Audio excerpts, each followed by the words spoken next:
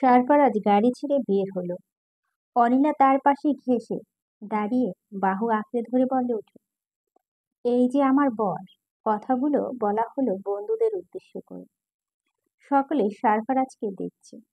সে মৃদু হেসে বলল, হ্যালো।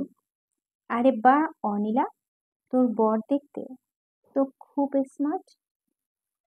হুম, হ্যান্ডসামও বটে। একটা মেয়ে হেসে বলে উঠল কথাটা। পাশে মেয়েটা মুখ টিপে হাসল। পেছন থেকে একটা ছেলে তার সাথে হ্যান্ডশেক করে বলল, আমি রিয়াদ। যাক, আপনার সাথে দেখা করার ইচ্ছে ছিল, আজ হয়ে গেল। দেখা করার ইচ্ছে মানে? কি আর বলবো, অনিলা আপনার ব্যাপারে এত বলে কৌতূহল ধরে রাখতে পারছিলাম, কিন্তু আমার ধারণা ছিল আপনাকে দেখতে আরো বয়স্ক মনে হবে। কিছুটা ইতস্তত বোধ করে সারফারাজ। অনিলা চোখ রাঙিয়ে মুখ ফুলিয়ে বলে উঠল, এ কেমন কথা রিয়া? রাগ করছিস কেন? আমি তো শুধু কথা কথা বলছিলাম। ও আমায় রেহানা বলল, তোর বর নাকি তোর থেকে অনেক বড়, তাই আমিও ভাবলাম সুগার ড্যাডি কিনা। রেহানা সহ বাকি সবাই হেসে উঠল, কিন্তু অনিলা মোটেও ভালো লাগছে না। তার কেবল মনে হচ্ছে তার বন্ধুরা তার বরকে নিয়ে মজা নিচ্ছে। অস্বস্তি হচ্ছে বটে। সারফারাজ তাদের সাথে হাত মিলিয়ে হেসে বলল, বন্ধুর জন্য এত চিন্তা দেখে ভালো লাগলো। তবে তুমি নিশ্চিন্ত থাকো, তোমার বন্ধু কোনো সুগার ডেডি পায়নি। হ্যাঁ, তা ঠিক। আপনাদের দুজনকে অনেক মানিয়েছে, কিন্তু সেই অনুযায়ী অনিলা খুব তাড়াতাড়ি বিয়েটা বেমানান না? বেমানান হবে কেন? বহু যুগ ধরে দেশে এমনটা হয়ে আছে। আগে তো আরো কম বয়সে বিয়ে হতো হয়তো। যেমন ধরো আমার মা, তোমার মা কিংবা তাদের মায়েদের। রিয়াদ গম্ভীর কণ্ঠে বলে উঠল, আমার মা এমএ পাস। এমএ কমপ্লিট করার পর তিনি বিয়ে করেছেন। আর আমার মা এমএ পাস করেছেন, বাবা রিটায়ার্ড জজ। মানে আমার পুরো পরিবার শিক্ষিত। বন্ধুমহল চুপসে গেল হঠাৎ করে। অনিলের মুখে মুচকি হাসি। সারফারাজ বলে উঠল, কিন্তু তুমি আমার কথাটা বুঝতে পারোনি। আমার মার বিয়ের পর এমএ দিয়েছে। তার শিক্ষাগত যোগ্যতা যেমন আছে তেমন ঘরে একজন নিপুণা রমণীও বটে। কম বয়সে সব মেয়েদের বিয়ে মানে এটা নয় তাদের জীবন শেষ। সবার ক্ষেত্রে তা বটে না। একজন সঠিক জীবনসঙ্গী অবশ্যই তার অর্ধাঙ্গিনী জীবন বদলে দেয়। বুঝতে পেরেছ? রিয়াদের চোখ মুখে দেখে মনে হচ্ছে সে অনেকটাই চুপসে গেছে। তবুও মুখ ফুটে বলে উঠল, কিন্তু এই মডার্ন যুগ থাক, বাদ দাও। আমি আর কথা বাড়াতে চাই না। এরপর দেখা যাবে, তর্ক লেগে যাবে। রেহানা রিয়াদকে চুপ করিয়ে দিয়ে বলো, থাম, তোর দোস্ত শেষ। সত্যি অনিলা, তোর হাজবেন্ড স্মার্ট আর হ্যান্ডসাম, এর সাথে সাথে ইন্টেলিজেন্টও বটে। অঙ্কিতা হেসে বলল, আমার এবার তোকে হিংসে হচ্ছে অনিলা। অনিলা সারফারাজের বাহু শক্ত করে জড়িয়ে ধরে বলল, একদম না। আমার বরের দিকে নজর দিলে চোখ তুলে দিব। বাহ, কি ভালোবাসা দেখছি। তো দুলাভাই শালিকা হিসেবে আমরা তো ট্রিট পাই, দিবে না? সারফারাজ কিছু বলার আগেই অনিলা ধপ করে বলে উঠল, আজ না, আরেকদিন। ও সবে মেডিকেল থেকে ফিরেছে, এখন বাসায় গিয়ে ফ্রেশ হবে। Next time okay. অঙ্কিতা বলে উঠল, দেখলি রেহানা, সব দিকে কত নজর অনিলার। কিরে, তুই যে একদম পাক্কা ঘরের বউ, আগে তো জানতাম না। সারফারাজ হেসে বলল, অনেক সবকিছুতে খুব সুন্দর করে সামলে নেয়। আচ্ছা আচ্ছা, ভালোবেসে অনেক ডাক হয় নাকি আবার? অট্ট হাসিতে হেসে উঠল সকলে। সারফারাজ খানিকটা লজ্জা পেল বটে। রেহানা বলে উঠল, আচ্ছা বাপু, তুই তোর ডাক্তার বরকে নিয়ে বাড়ি ফিরবে। আমরা না হয় আরেকটা দিন ট্রিট নিয়ে নেব, কি তাই তো? সকলে মিলিত কণ্ঠে বলল, হ্যাঁ তাই। সকলে হাসলো। রিয়াদের মুখে তখন হাসি মিলিয়ে গেল। সারফারাজ সেটা লক্ষ্য করল বটে। কে জানে এই ছেলের মনে কি আছে। গাড়ি ড্রাইভ করছে আর ভাবছে, এখনকার ভার্সিটির ছেলেগুলো অনেকটাই উচ্ছৃঙ্খল। কিছুদিন আগেই তার এক colleague doctor Mahmud suicide attempt করেছে। ভাগ্যিস সময় মতো তার দেহ থেকে বিষ বের করা গিয়েছিল। এখন হাসপাতালে ভর্তি। একজন ডাক্তার যখন সুইসাইড অ্যাটেম্প করে তখন ধরে নিতে হয় ব্যাপারটা অনেক ভয়ানক, কারণ ডাক্তারের সব পরিস্থিতিতে মানিয়ে নিতে হয়। কিন্তু ডাক্তার মাহমুদের ক্ষেত্রে সব সীমা পার হয়ে গেছে। আশেপাশে সবার কথা থেকে যা জানলো সেটা হলো ডাক্তার মাহমুদের স্ত্রী নাকি তাকে তালাক দিয়ে অন্যত্র বিয়ে করেছেন। যদিও তাদের সংসারে দীর্ঘ 8 বছর, একটা বাচ্চাও নাকি আছে।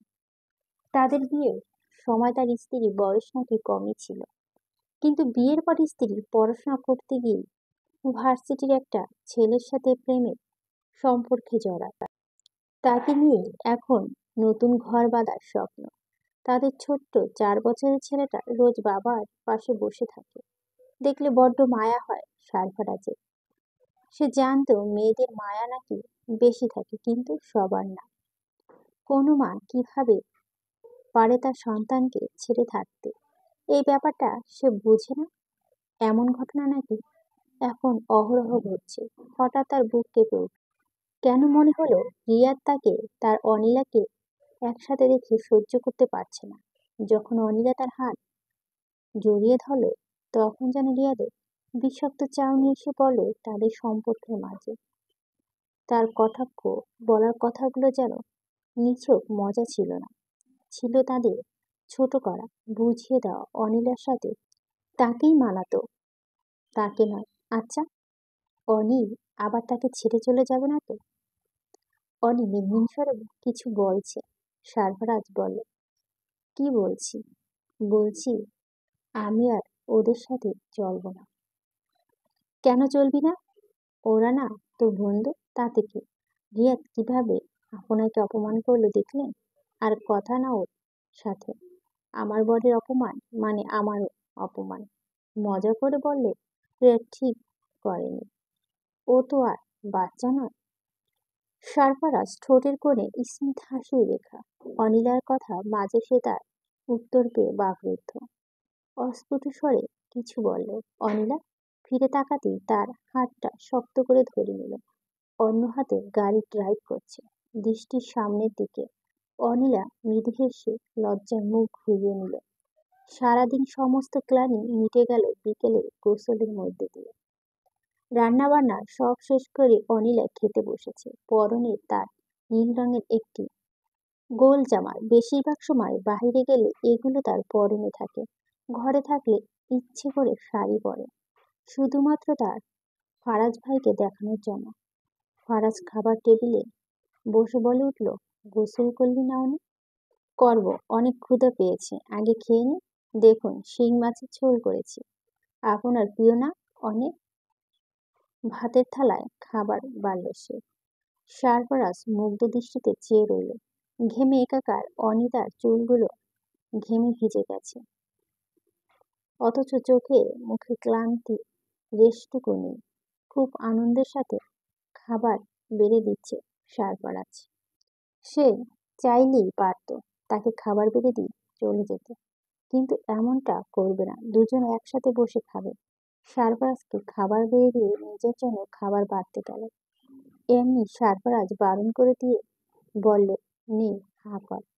খাবারের লোকমা তুলে দিল তার সামনে। সুযোগ মেলে অনিলা চেয়ারের উপরে পা তুলে বসে খাবারের লোকমা মুখে নিল। বহুদিন পর আজ ফারাজ ভাই তাকে খাইয়ে দিচ্ছে। সে না করে এত সাধ্য তার কোথায়? সন্ধ্যা পেরিয়ে রাত, আকাশ চারদিক অন্ধকার ছেয়ে গেছে। আজ বুঝি রাত্রিটা একটু তাড়াতাড়ি নামলো। সবে এখন 7টা বাজে, অথচ বাইরে দেখলে মনে হচ্ছে কত রাত। তাদের বাসা একটু নির্জন এলাকা, তাই আশেপাশে শোরগোল কম। এর মধ্যে আজ আকাশের চাঁদ ওঠেনি। রাতের আকাশ আজ আগের থেকে অনেক অন্ধকার লাগছে। সারফারাজ বেলকনি ছেড়ে ঘরে ঢুকলো। অনিলা এখনো শাওয়ার নিচ্ছে। সারফারাজ বিছানার উপরে আধশোয়া হয়ে বসে বই পড়ছে। সময় যেন আগের থেকেও আরো নিশ্চুপ হয়ে যাচ্ছে। হঠাৎ করে ঘরের বাতিগুলো নিভু নিভু করে উঠল। বাইরে বিকট শব্দ হলো। ঘরের আলো নিভে গেল। লোডশেডিং সদাচর হয় না। বোধহয় কোনো সমস্যা। বাথরুম থেকে অনিলা চিৎকার। সারফারাজ চার্জার লাইট পড়ার টেবিল তো থাকে। হ্যাঁ, পেয়ে গেল।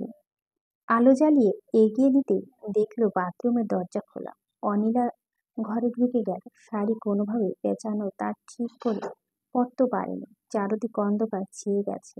আলো ও ঝলকানিতে শুধু অনিলার মুখশ্রী দেখা যাচ্ছে।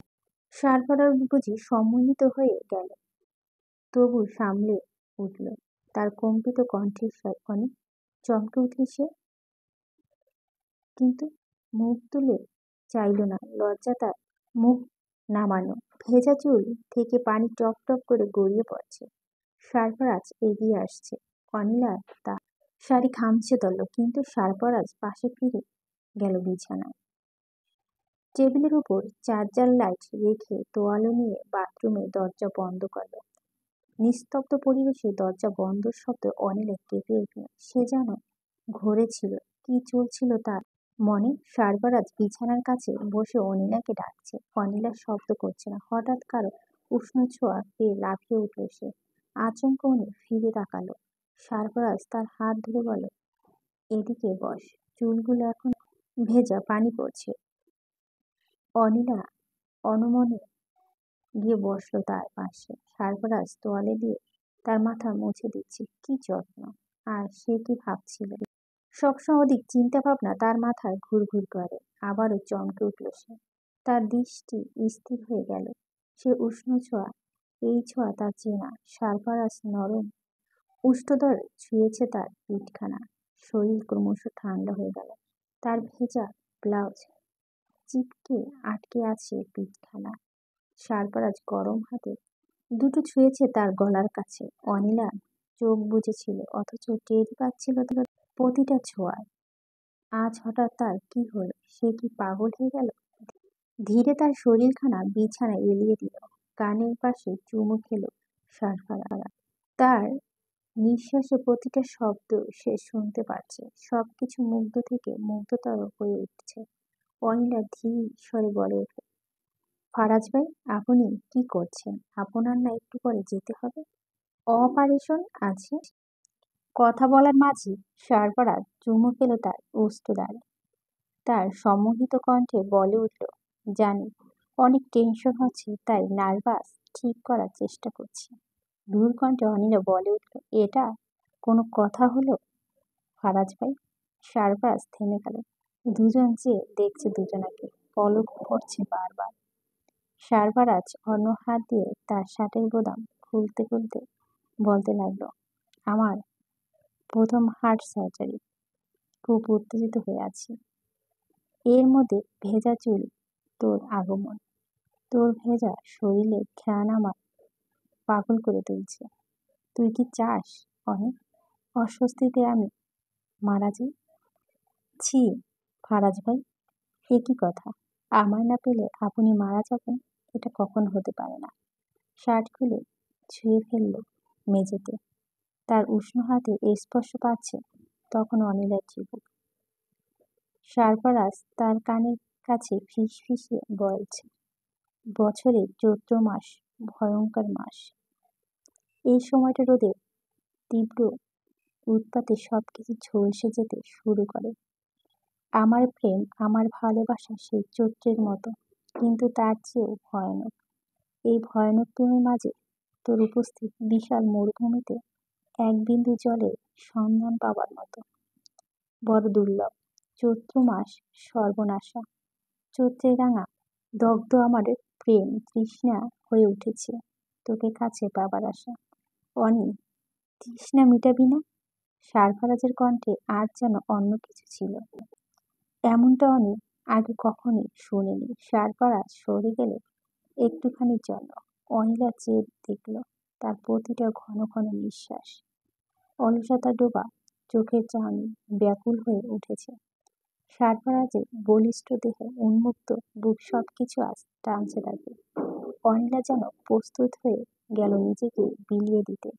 চোখ বুজে নিল আবারও। পুরো ঘরের আলো ঝলকানি, কারেন্ট চলে এসেছে। ট্রান্সমিটার বোধহয় ঠিক হয়েছে। লাল রঙের চাদরে আবৃত হয়ে আছে অনিলা। বিছানার উপরে উপুর হয়ে ঘুমিয়ে আছে সে। চুলগুলো এলোমেলো হয়ে পড়ে আছে তার মুখে। সারপা চুলগুলো সরিয়ে মুখখানি দেখার প্রয়াস করল। তৎক্ষণাৎ নড়েচড়ে উঠল সে। সারফারাজ কাছে টেনে নিল তাকে।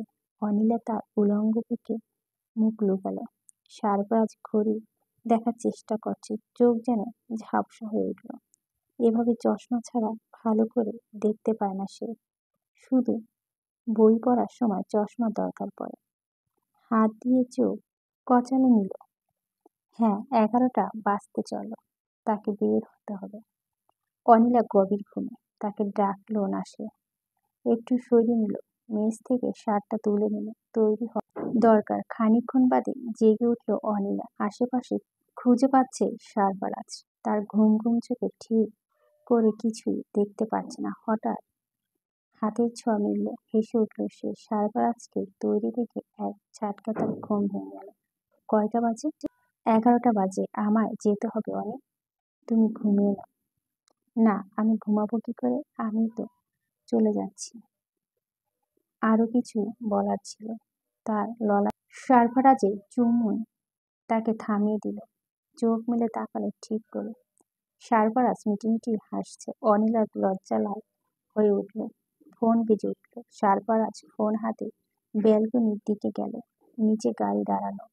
ডাক্তার সাবিনা বোধহয় চলে এসেছে। ঘরে ফিরে এসে দেখলো অনিলা তার শার্ট পরে দাঁড়িয়ে আছে। সারফারাজ এগিয়ে এসে বলল, আমি আসছি, সাবধানে যাবেন। পিছন পিছন এলো। দরজার সামনে দাঁড়িয়ে তাকে বিদায় দিয়ে দরজা আটকে দিল সে। বুকে হাত রেখে দেখল তার হৃদয় স্পন্দন থক থক করে শব্দ করছে।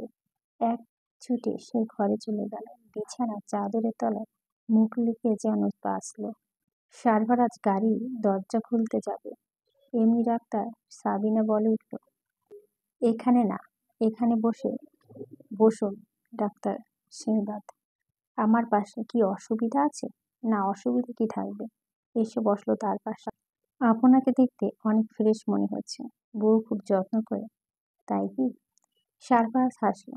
কি বলবে? ঠিক আছে, এবার হলো না। পরের বার আপনার বউয়ের সাথে দেখা করে যাব অবশ্যই। গাড়ি চলতে শুরু করলো। এসে থামলো মেডিকেলের সামনে। তারা দুজন সহ আরো কয়েকজন ছিল। সকলে সারফারাজের সিনিয়র ডাক্তার। সারফারাজ তৈরি হয়ে অপারেশন রুমের কাছে এলো। ডাক্তার সাবিনাও তৈরি। তার দিকে ফিরে বলল, কি ভয় করছে ডাক্তার শেহবাদ? না না, টেনশন করবেন, ঠান্ডা মাথা রাখবেন। আজ আপনি হচ্ছেন হেল্পিং হ্যান্ড। শুধু প্রসেস দেখবেন। জ্ঞানের চেয়ে অভিজ্ঞতা বেশি ইম্পর্টেন্ট। জানি, বেশ, তবে চলুন। তারা সকলে ঢুকলো অপারেশন রুমে। এরপর সবকিছু নিস্তব্ধতায় ঢাকা। এতজন মানুষ একসাথে থাকার পরও কেউ টু শব্দ করল না। ইশারায় সব কাজ সামলায়। সারফারাজ ভালো করছে। ডাক্তার সাবিনার নজর ছিল সে। তাকে একটিবারও ঘাবড়াতে দেখেনি। হতে পারে শুধু দেখেছি তাই। যখন নিজের কাজ করবে তখন তো ঘাম ছুটে যাবে।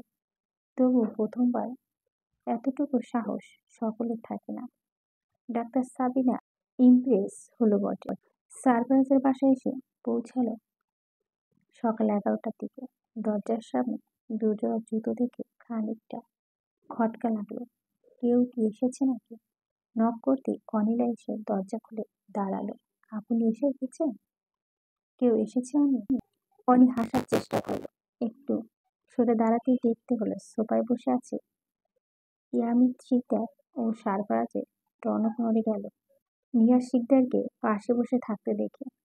চোখ মুখ থেকে ক্লান্ত রেশ সরিয়ে চলা শক্ত করে নিল সে। ঘরে ঢুকতেই অনিলে বলে উঠল, দয়া করে কিছু বলবেন না। বাবা বলেছে কিছু না বলতে। আমাদের বাসায় তারা মেহমান। ইয়ামিন শিকদার পায়ের উপর পা তুলে বসলেন। হাতে অর্ধেক বিস্কুট, মুখে বিস্কুট চিবাতে চিবাতে বলে, তা কেমন আছো সারফারাজ? ভালো তো? হ্যাঁ চাচা ভালো। আপনি ভালো আছেন? তীক্ষ্ণ দৃষ্টি ফিরে এসে বলল নিয়াজের দিকে। নিয়াজের দৃষ্টি তখন মেঝেতে। অনিলা চায়ের কাপ নিয়ে ঢুকে বলল, নিয়াজ ভাইয়া, আপনি বিয়ে ঠিক হয়েছে? সারপারাজ ভুরু কুঁচকে নিল। কি আহ্লাদ দেখাচ্ছে উনি! আশ্চর্য! এই হারাম শয়তানকে ঘরে ঢুকতে দিয়েছেই তো ভুল করেছে। আবার ঢোল পিটিয়ে বলছে বিয়ের কথা। ও কি ভুলে গেছে ওর সাথে কি হয়েছে? এত সহজ কেন হচ্ছে উনি? ইয়াতিম শিকদার চায়ের কাপে হাত তুলে নিল। বলে উঠলেন, হ, পোলা বড় হইছে, বিয়া তো করাইয়া লাগবো। মাইয়া ঠিক করছি, ঢাকা শহরে থাকে, এখানকার স্থানীয়। নিয়াজ ছবি দেখা তোর বোন রে। নিয়াজ পকেট থেকে ছবি বের করছে। সারফারাজ চায়ের কাপ তুলে নিল। ভাবছে মাথার যন্ত্রণা কম ছিল না। আরেক যন্ত্রণা এসে হাজির হলো। একটা চায়ের কাপ পারবে তো ঠিক করতে? হেসে বলল, তা চাচা, আমাদের ওখানে কি মেয়ে কমতি ছিল নাকি? একদম ঢাকাতে চলে এলে? কি আর করুম কও, ওখানে ভালো মাইয়া পাওয়া যায় না। সারফারাজ মুখ ফুটে হাসলো, মেয়ে পাওয়া যায় না? তোর ছেলে কুকর্ম পুরো মোহনগঞ্জ জানে। এরপর কে মেয়ে দিয়ে দিবে এই ছেলের কাছে? চরিত্রহীন একটা। নিয়াজ ছবি বের করে অনিলার দিকে এগিয়ে দিল। এত বছর পর এই প্রথম তাদের দুজনের চোখাচোখি। অনিলা খুব করে চাইছে, সহজ থাকতে পারছে না। জানে ফারাজ ভাই পাশে আছে, ভয়ে কিছু নেই, তবু অস্থির হয়ে উঠছে। ছবিটা হাতে থেকে নিবে কিনা ভাবছে। এই নোংরা লোকের হাত থেকে কিছু ছুঁয়ে নিতে ঘেন্না লাগে, মনে হয় নিজেও নোংরা হয়ে যাবে। মিষ্টি প্যাকেট ধরার সময় মনে হচ্ছিল ইচ্ছে করে হাত ছুঁতে চায়। নিয়াজ কি তবে বদলায়নি? তবে সবাই যে বলে। সারফারাজ আচমকা ছবিটা হাত থেকে নিয়ে বলে, দেখি, দেখো বাবা, মাইয়া কেমন, পছন্দ হইলে কিনা? সারফারাজ মেয়ের ছবিখানা দেখলো। হ্যাঁ, ভালোই দেখতে, তবে আফসোস হচ্ছে এত ভালো মেয়েটার সাথে এমন বাজে একটা ছেলের বিয়ে ভাবতে কেমন লাগছে। অনিলা আগ্রহ নিয়ে ছবিখানা দেখলো, বলল, বাহ, খুব সুন্দরী তো। নিয়াজ ভাই ভাই আপনাদের বেশ মানাবে। আবারও আহ্লাদিক দেখাচ্ছে। সারফারাজের ইচ্ছে করলো উঠে একটা চর বসিয়ে দিতে।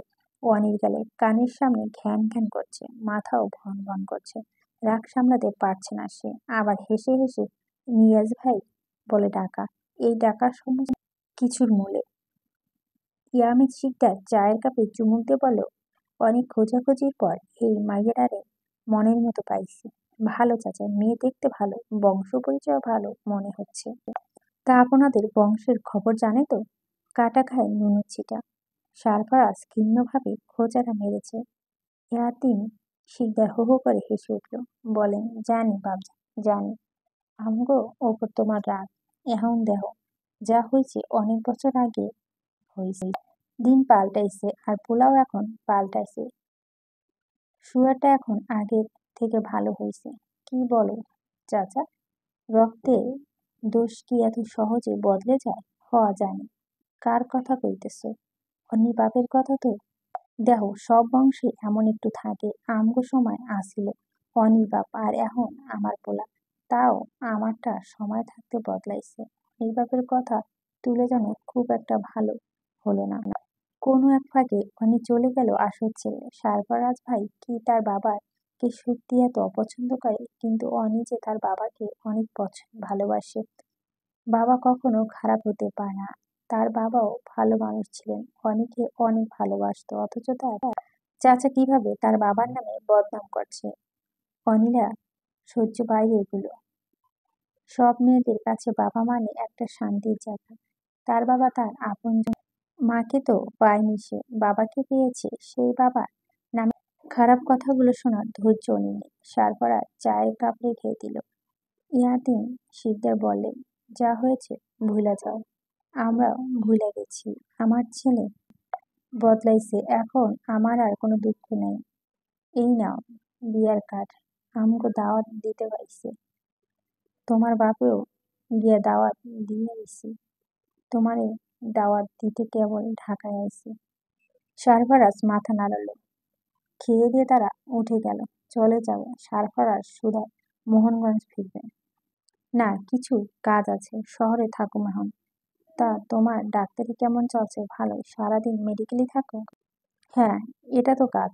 আচ্ছা, ভাবছিলে চলে যাচ্ছে, ভদ্রতার খাতিরে সারফারাজের জিজ্ঞেস করা উচিত ছিল কোথায় থাকবেন।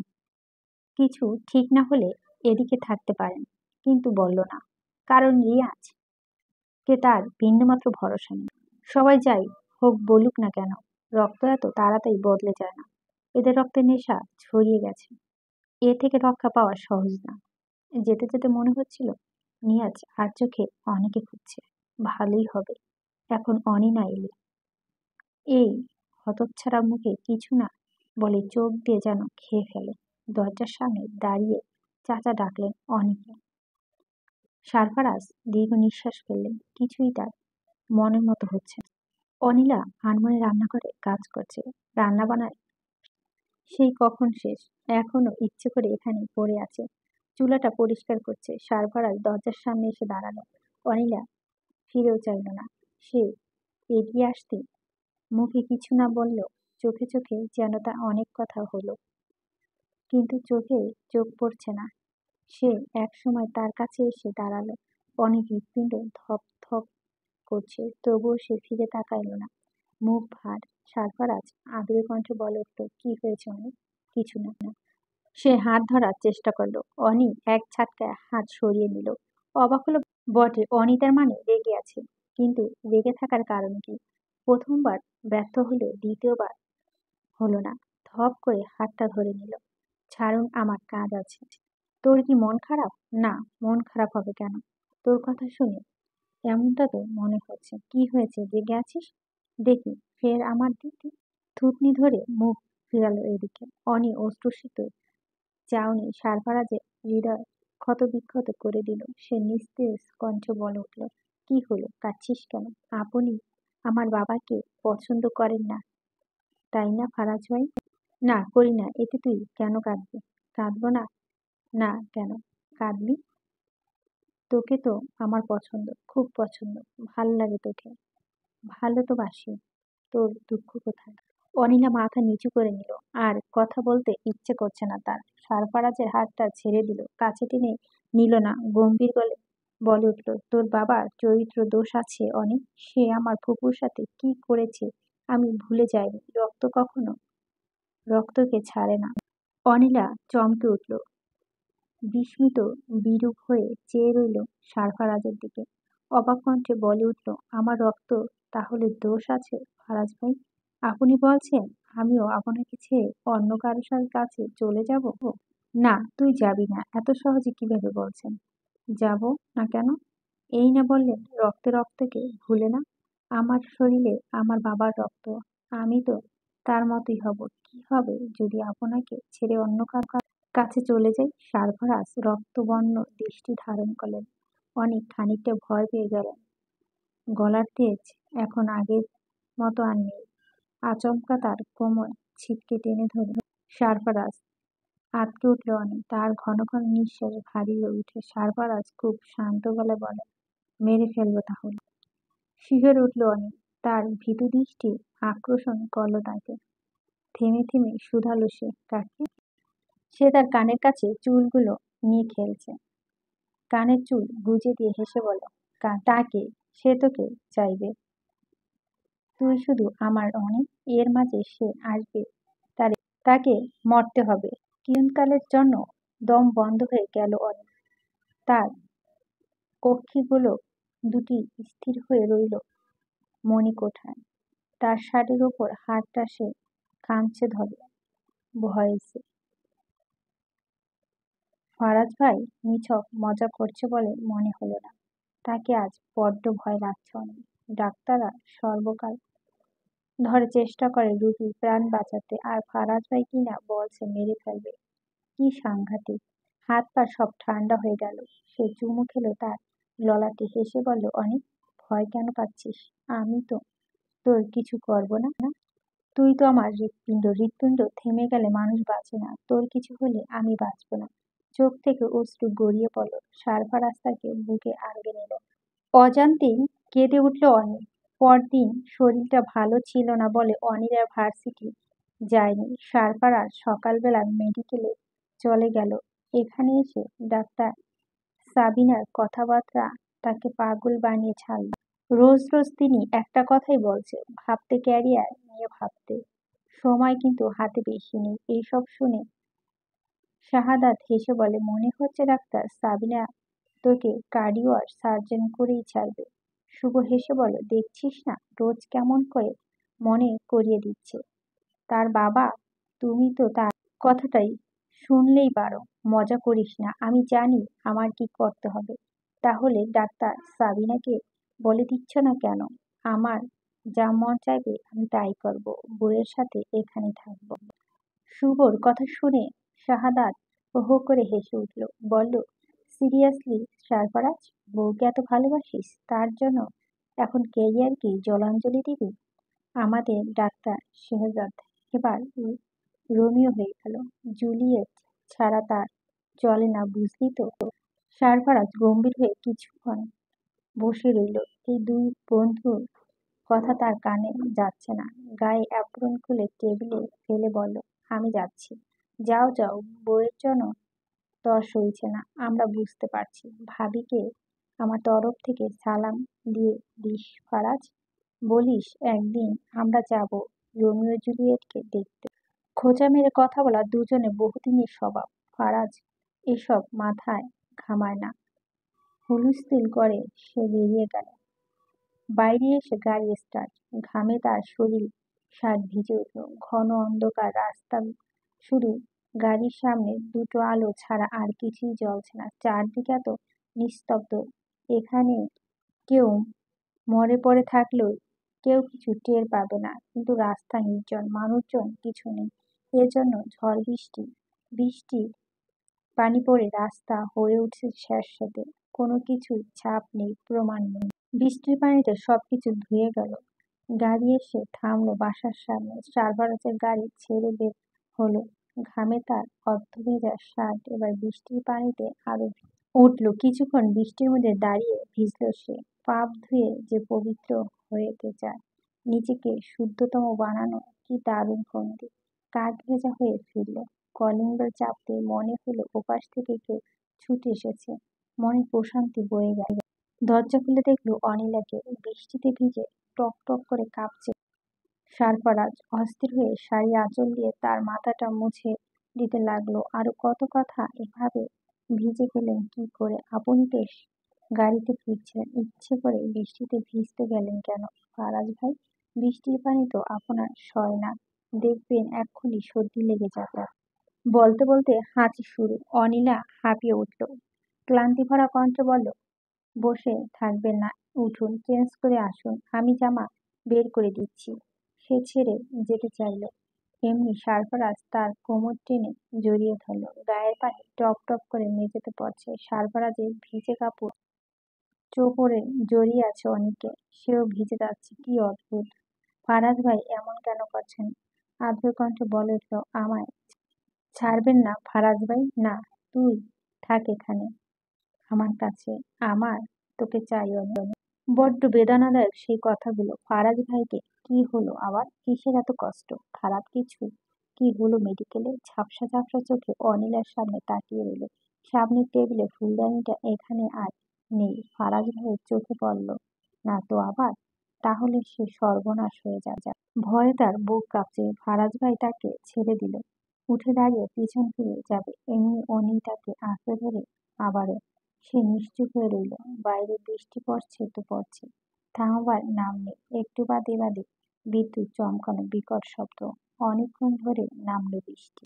এবার সবকিছু চুপ, নিস্তেজ হয়ে গেল। একটু শীত শীত লাগছে এখন। অনিলা গুটিসুটি হয়ে সারফারাজের বুকে এসে আশ্রয় দিল। ঘরের আলো বলতে ওই একটা ল্যাম্পশেড। সারফারাজ আধশোয়া অবস্থায় শুয়ে আছে, তার কোলেতে অনিল। এখানে থেকে জানালা দিয়ে বাইরের আকাশ দেখছে। আকাশ এখন পরিষ্কার, তারা দেখা যাচ্ছে।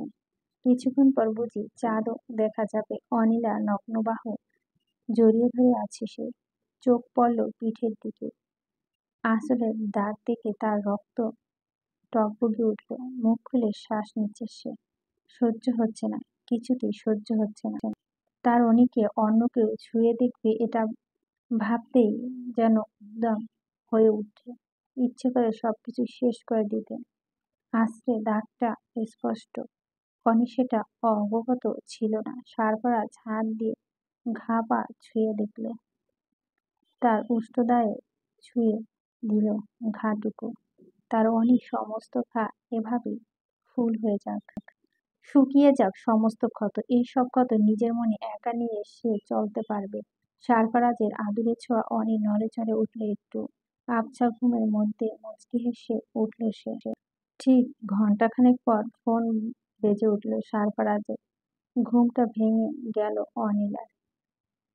আবছা আবছা আলোয় ঘড়ির দিকে ফিরে তাকালো। রাত্রি 1টা বাজে। এত রাতে আবার কে ফোন করলো? বিছানার পাশে ফারাজ ভাই নেই, তাদের হাঁটতে খুঁজছে। ভালো করে চেক করে দেখলো ফারাজ ভাই দাঁড়িয়ে কথা বলছে। চাদরে শরীর ঢেকে নিয়ে অনি উঠে বসলো। কথা শেষ করে সে ফিরে এলো। ল্যাম্পশেডের অল্প আলোয় তার গভীর মুখ দেখে অনি শুধালো, কি হয়েছে ফারাজ ভাই? সে বিছানার পাশে এসে বসলো। অনির মাথা হাত বুলিয়ে বলল, তৈরি হয়ে নে, আমাদের বেরোতে হবে। কোথায় যাব? মেডিকেলে। নিয়াজ নাকি অ্যাক্সিডেন্ট করেছে। চোখ মুখ স্থির হয়ে উঠল অনিলার। আস্মিত ঘটনা। সে হতভম্ব, অবাক হয়ে রইল। মুখ দিয়ে কথা বের হচ্ছে না। সারফারাজ তার হাতখানি ধরে বলল, চিন্তা করিস না, সবকিছু ঠিক হয়ে যাবে। চল, উঠে তৈরি হয়ে নে।